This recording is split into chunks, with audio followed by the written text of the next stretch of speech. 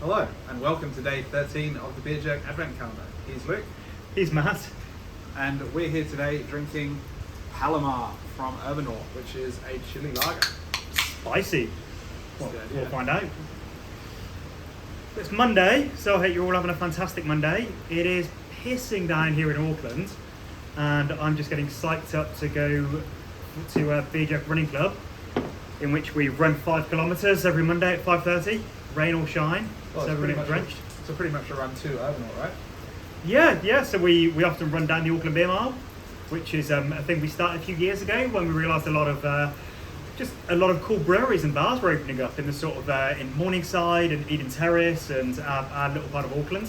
So there's 7 different great places on the Auckland Beer Mile. So there's Garage Project now, there's Churley's, the Behemoth place, there's Galbraith's, there's the Fridge and Flagon, which is where we are. But anyway, back to the beer. Cheers, Matt. Cheers.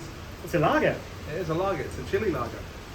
So it's named after Palomar. I believe they're named after a local place in Mexico in the state of Chihuahua.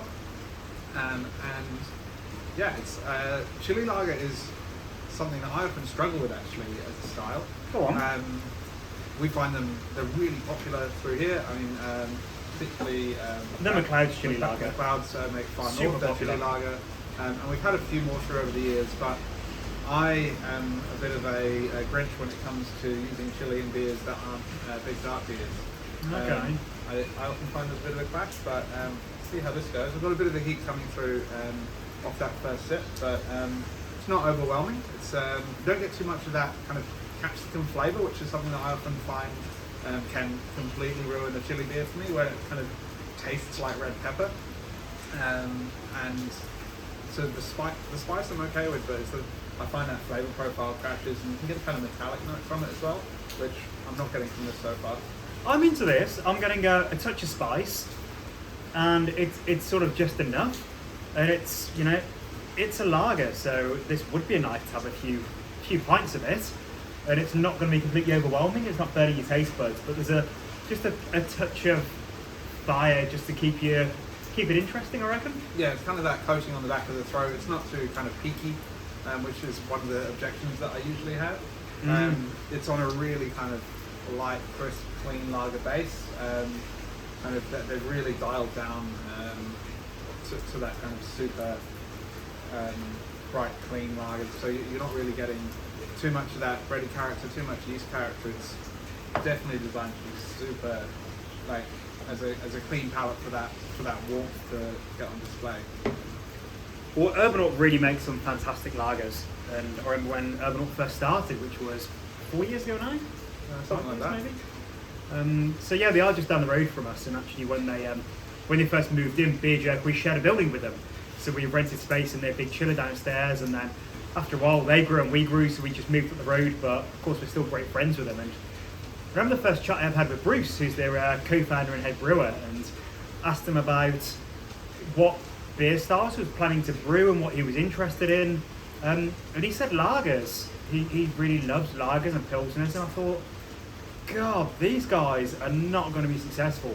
People are not interested in drinking craft lagers. And that's kind of true and also kind of not. So Urbanaut just continued to make brilliant lagers, brilliant pilsners.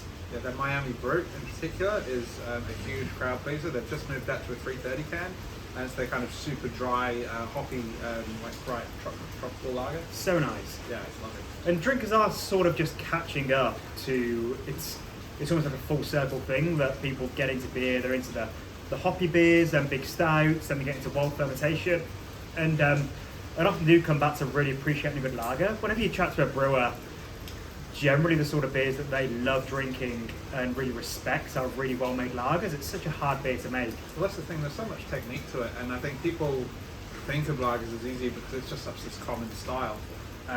But there's nowhere to hide with a lager. You've got that super clean base. You can't hide behind big hop flavour, big malt character, big yeast expression or sourness or sweetness. Like, you've really got to have your brewing tight to make sure that everything's in balance and get that kind of super crisp, clean presentation that they're going for. Yeah.